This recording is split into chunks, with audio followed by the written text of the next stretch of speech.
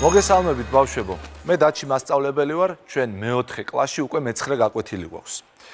წინა გაკვეთილზე გახსოვთ ქუდების ამოცანა, ამ ამოცანაზე აუცილებლად ვისაუბრებთ, გავიგებთ რა არის სწორი პასუხი. მანამდე კი ეს გაკვეთილის ბოლოს, მანამდე კი მოდი ვნახოთ დღეისთვის რა მოგიმზადეთ. ვაშენებთ სახლებს. წარმოვიდგინოთ, რომ ჩვენ ვართ პატარა მშენებლები და საკმაოდ ბევრი საქმე გვაქვს. რაღაცები უნდა დავგეგმოთ, ხელფასებიც დავარიგოთ.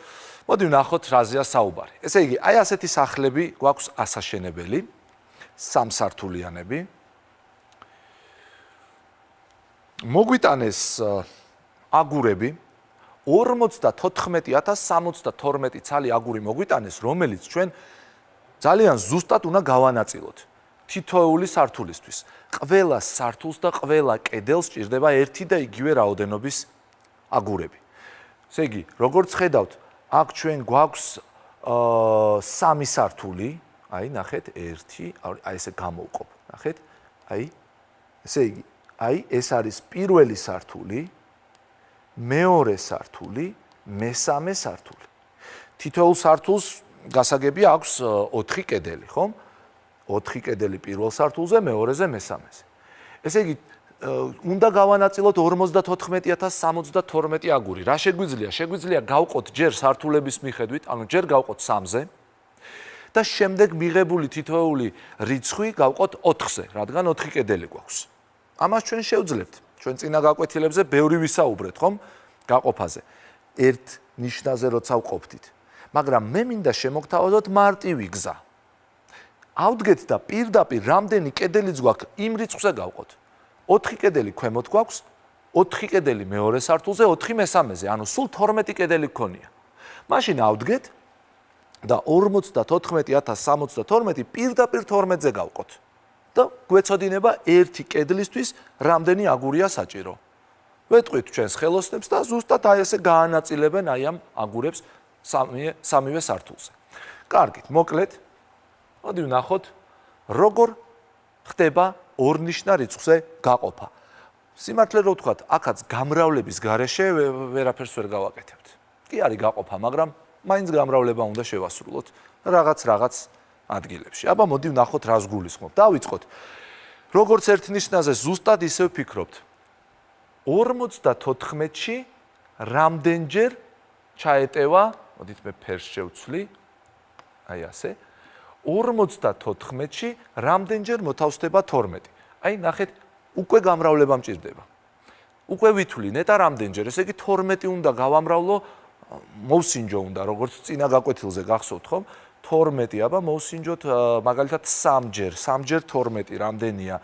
6, 3, 36. ალბათ 4-იც ივარგებს, აი, სინჯოთ, მოვსინჯოთ 12, 4-ზე, აბა ვნახოთ. აჰა, კიდევ ერთი 12 რო დავამატო, უკვე ბევრი იქნება. ესე იგი 4. 4ჯერ მოთავსდება. 54-ს ვაკლებთ 48-ს. თქვენ შეგიძლიათ ეს ჩემთან ერთადაც გააკეთოთ.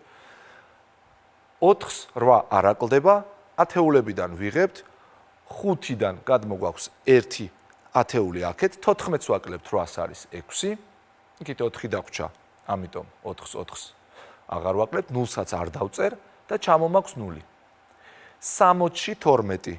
აბა ვნახოთ წესით 4ჯერ უფრო მეტჯერ უნდა მოთავსდეს, ხო? 5ჯერ. აბა ვნახოთ 5-ზე რო გავამრავლოთ, 2ჯერ 5 10, 0-ს წერთ 1-ს ვინახავთ, 5 და 1, 5 გავამრავლოთ 1-ზე. 5 იქაც დამახსოვრებული 1, 6, 60.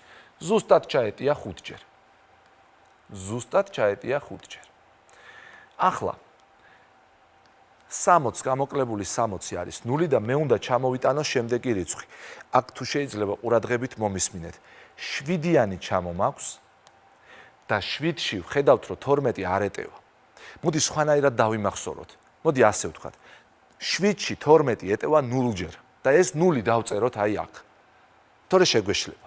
ესე იგი, ვამბობთ 7-ში 12 ეტევა 0ჯერ და ვაგრძელებთ. ჩამომაქვს 2, 72-ში 12, ალბათ კიდევ ერთი ადვილი მისახვედრია, ხო? 5ჯერ 12 თუ 60 იყო, კიდე ერთი 12-იც რო დავამატოთ, უკვე 72-ია. ესე იგი 6ჯერ მოთავსდება. ესეც ასე. გამოვაკლოთ 72 მივიღეთ 0. გამოდის რომ 4506 ცალი აგური არის საჭირო იმისთვის რომ ერთი კედელი ავაშენოთ. გავაგრძელოთ. კედლებზე გავანაწილეთ. ხელოსანი ყავს 36. 36 ადამიანი მუშაობს აი ამ სახლის აშენებაზე, ხო? კითხვა არის ასეთი, რამდენი ცალ აგურს დადებს თითოეული? რამდენი ცალი აგური უნდა მივცე თითოეულს, რომ მან იმუშაოს და აშენოს კედელი. ყველას თანაბრად უნდა გაუნაწილო. ჩვენი 44072 აგური უნდა გავყოთ 36 ნაწილად, 36 ტოლ ნაწილად. ისევ ვიწყებ 54-ში 36 ერთხელ ადვილია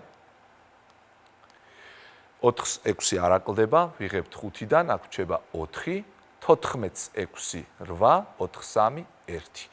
ჩამომაქვს 0. 180-ში 36, გამრავლების გარეშე არაფერი გამოვა. უნდა ვცადო 36, მაგალითად ავიღოთ 4-ჯერ. ისევ გამრავლება. 24, 4-ს 2-ს ვინახავთ, 12, 154.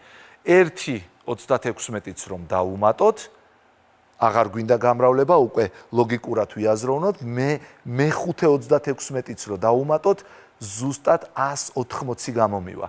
ესე იგი 5-ჯერ ჩაეტია 180 და ახლა ისევ ის საინტერესო მომენტი, რომელიც არ უნდა გამოგვეპაროს, 7 ჩამოგვაქვს, 7-ში 36 არ ეტევა, ან მეორენაირად, როგორც შევთანხმდით, 7-ში 36 ეტევა 0-ჯერ. და აქ წერთ 0-ს. ჩამოგვაქვს 2, 72-ში 36 ეტევა ზუსტად 2-ჯერ და გამოდის რომ თითოეული მუშა, თითოეული ხელოსანი 1502 ცალ აგურს დადებს. გავაგრძელეთ. სხვა საქმეც გვაქვს ჩვენ. მათ ხელფასი უნდა გადაუხადოთ. ერთი ცალი აგური რომ დადონ, მათ 40 თეთრი ეკუთვნის. სულ 1502 ცალი აგური აქვს დასადები, იმისათვის რომ გავიგოთ, რამდენი უნდა გადაუხადოთ მათ ხელფასი, 40 თეთრზე უნდა გავამრავლოთ. აქ მე ესეთ რამეს გთავაზობთ. რადგან 40 ეს არის 10-ის და 4-ის ნამრავლი, მოდი ასე გავაკეთოთ. ჯერ 4-ზე გავამრავლოთ და რასაც მივიღებთ 10-ზე გამრავლება ვიცით, უბრალოდ 0-ს მივუწერთ. ესე იგი 1502-ს ჯერ ვამრავლებ 4-ზე და ამის შემდეგ უწერ 0-ს. ისევ ქვეშ მიწერით. ვამრავლებ 4-ზე. 2-ჯერ 4 8, 0 გამრავლებული 4-ზე 0, 5-ჯერ 4 20, 0-ს წერთ 2-ს ვინახავთ. 4-ჯერ 1 4, იქაც 1 6. 6008 მივიღეთ და არ გვავიწყდება რომ ის 0-იც 10-ზე გამრავლების 0-იც აი აქ უნდა მივუწეროთ. აი ამდენი თეთრი ეკუთვნის თითოეულს. ახლა გავიხსენოთ 1 ლარი. ეს არის 100 თეთრი და იმისათვის რომ გადავიყვანო თეთრები ლარებში, რადგან 100 2 0 აქვს, აი ამ 8-ს და 0-ს დავაფარებ ხელს და გამომივა 600 ლარი და ვაიმე წაიშალა ჩვენი 80, თავიდან დავწერ 600 ლარი და 80 თეთრი. ესეც ასე. ესე იგი ძალიან გამოგვადგა მათემატიკა, მაგალითად, მშენებლობის დროსაც. ყველგან ძალიან ბევრ რამეში გვჭირდება ჩვენ მათემატიკა. ახლა ერთი ძალიან საინტერესო რაღაც უნდა გითხრათ, რომელიც ეხება ბგერის გავრცელებას. აი ბგერა ძალიან შორს რომ იდგეს ადამიანი და დაგვიძახოს, ჩვენ იმ წუთში ვერ გავიგებთ. ბგერა თურმე ვრცელდება 330 მეტრი წამში. ესე იგი 330 მეტრს გადის ერთ წამში. ადამიანი თუ 330 მეტრით ჩვენ დაგვშორდება და დაგვიძახებს, ერთი წამის შემდეგ ჩვენ გავიგონებთ რა გითხრა. სინათლის სხივი თურმე დაახლოებით მილიონჯერ უფრო სწრაფად ვრცელდება ვიდრე ბგერა. ხვდებით ხომ? მილიონჯერ უფრო სწრაფად ვრცელდება. უფრო გასაგები რომ იყოს, ნახეთ როგორი მაგალითი მინდა გაჩვენოთ. წარმოვიდგინოთ ასეთი გაჭიმული ავტობანი და 1000 მეტრის, 1 კილომეტრის მოშორებით იდგეს მანქანა. და ერთდროულად მან შუქიცა ანთოს და საყვირსაც დააჭიროს. ერთდროულად. ნახეთ, 1000 მეტრით არის დაშორებული. სინათლის სხივი ვრცელდება დაახლოებით 300 მილიონი მეტრი წამში. ესე იგი, წამი კი არა, იმ წუთში დავინახავთ, როგორც კი აანთებს, მაგრამ საყვირის ხმას რამდენ ხანში გავიგებთ? რამდენი 320 ეტევა 1000-ში? 3, ხომ? დაახლოებით 3, ცოტა მეტიც, მაგრამ 3. ესე იგი, 3 წამი დაგჭირდება, რომ დავინახავთ, რომ შუქი აინთო, მას შემდეგ 3 წამი უნდა გავიდეს და მერე გავიგებთ საყვირის ხმას. ხედავთ რა საინტერესოა. მე რო თქვენ ხელა ვიყავი, ამის შესახებ გავიგე, რაც ახლა გითხარით, რომ ბგერა რა სიჩქარით ვრცელდება და სინათლის სხივი რა სიჩქარით. და ძალიან საინტერესო რამ მითხრეს, რომ გამეკეთებინა და ველოდი როდის იქნებოდა წვიმა და როდის იქნებოდა ჭექაქუხილი. თქვენ ალბათ დაკვირვები ხართ, ხომ, რომ გაიელვებს, იმ წუთში ხმა არ გესმით.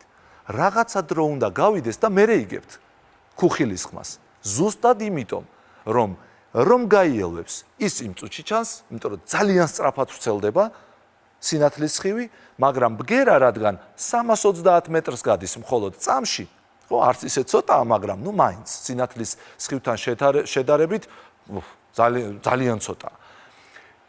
ესე იგი, რა უნდა გააკეთოთ?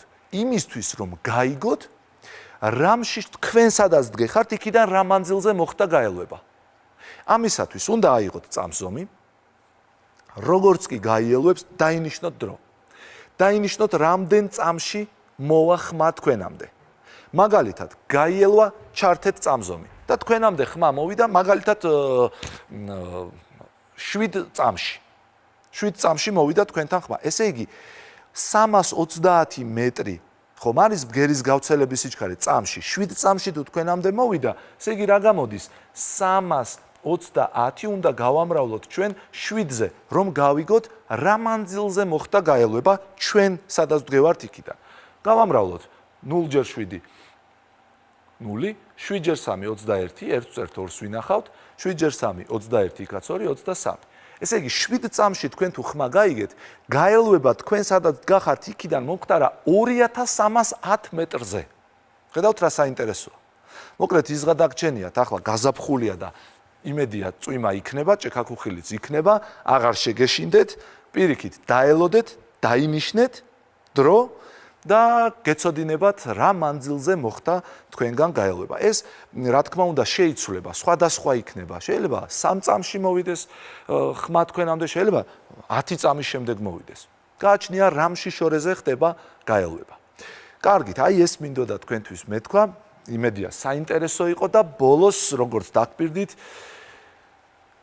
ჩვენ მქონდა ქუდების ამოცანა. ძალიან სწრაფად გავივლი პირობას, ალბათ გახსოვთ, მაგრამ ვისაც არ უნახავს წინა ჩვენი გაკვეთილი, იმისთვისაც საინტერესო იქნება და გაიგებს, მოკლედ რა ხდება. აი ეს გოგონა ყიდის ქუდებს 8 ლარად. შემდეგ მოვიდა აგერ კაცი, რომელსაც ხელში აქვს 20 ლარიანი და ეუბნება, რომ მას მიყიდონ ქუდი, მაგრამ გამყიდველს, როგორც ხედავთ, მხოლოდ 20 ლარიანები აქვს, ვერ აძლევს ხურდას, ამიტომ ეს კაცი მიდის ხორცის გამყიდველთან, ყასაბთან, ეუბნება, რომ სთხოვს, რომ დაუხურდაოს მან 20 ლარიანი. ყასაბი უხურდავებს მას 20 ლარიანს, მისცა ამ კაცმა ამას ყასაბს 20 ლარი, ყასაბმა მისცა 20 ლარის შესაბამისი ხურდა 10, 5, 2, 2, 1. მოდის ეს ჩვენი კაცი ქუდის გამყიდველთან, აგერ ბატონო ქუდი შეიძინა, 8 ლარი მისცა ქუდის გამყიდველს, 12 ლარი ჩაიდო ჯიბეში და წავიდა. ხო, გახსოვთ ხო, მერე რა მოხდა? მოდის ყასაბი და ეუბნება, რომ ის ფული, რომელიც მისცა იმ კაცმა მას, რომელიც დაუხურდავა, იყო ყალბი და სთხოვს, რომ შეუცვალოს. სხვა რა გზა აქვს? შეუცვალა ის 20 ლარიანი, მისცა ამ ყასაბს ნამდვილი 20 ლარიანი, თვითონ აიღო ის ყალბი და კითხვა. ქუდის გარდა, ქუდი იზარალა, ეს გასაგებია, ქუდი დაკარგა ამ ქალმა. ქუდის გარდა კიდევ რამდენი ლარი იზარალა. მოდი ახლა ასე შევხედოთ ამ საკითხს. აი სხვადასხვა ვარიანტები ქონდა. მოდი ასე შევხედოთ ამ საკითხს. რაიმე შეიცვალა თუ არა ხორცის გამყიდველისთვის? რაიმე შეიცვალა მისთვის? რაც ქონდა ისევ ისა აქვს. ფული მას არ შეცვლია. უბრალოდ ცოტა ინერვიულა, იმიტომ რომ ყალბი იყო ის 20 ლარიანი, მე მივიდა დაიბრუნა ნამდვილი 20 ლარიანი. ყასაბისთვის არაფერი არ შეცვლილა. რა შეიცვალა იმ კაცისთვის, რომელმაც ქუდი იყიდა? მას ფული ფაქტურად არ ქონდა, ყალბი ქონდა ის 20 ლარიანი. ახლა უკვე აქვს ქუდი 8 ლარიანი და ჯიბეში კიდე 12 ლარი. ახლა ვნახოთ რა შეიცვალა გამყიდველისთვის. კითხვა ზუსტად ეს არის. რამდენი იზარალა? 8, 12, 20, 32, 40 თუ კიდევ სხვა რამ. მოდი დავუბრუნდეთ აი ამ სლაიდზე. აი აქ დავუბრუნდეთ. მოდი ახლა ჩავიხედოთ მის სალაროში რა ხდება. ქუდი დაკარგა, გასაგებია. მაგრამ სალაროდან რამდენი ცალი 20 ლარიანი დაკარგა? ერთადერთი. ეს 20 ლარი მისცა იმ ხორცის გამყიდველს, ხომ? მეტი ფული მას არ დაუკარგავს. სამაგიეროდ მას აქვს 8 ლარი, რომელიც აი ამ კაცმა მისცა. ესე იგი რა გამოვიდა? 20 ლარიანი გავიდა მისი სალაროდან, მაგრამ დაემატა 8. ესე იგი რა გამოდის? 12 ლარი უზარალია. აი ამ ჩვენს გამყიდველს. აი ესეთი საინტერესო ამოცანა იყო ქუდის ამოცანა. კარგით, მე მგონი საინტერესო იყო გაკვეთილი. მე დიდი იმედი მაქვს რომ მალე იწვიმებს და თქვენ შეძლებთ დაინიშნოთ დრო და გაიგოთ რა მშიშორეზე მოხდა გაელვება იმ ადგილიდან სადაც თქვენ ხართ. ახლა უნდა დაგემშვიდობოთ, აბა მომავალ შეხვედრამდე. გემშვიდობებით.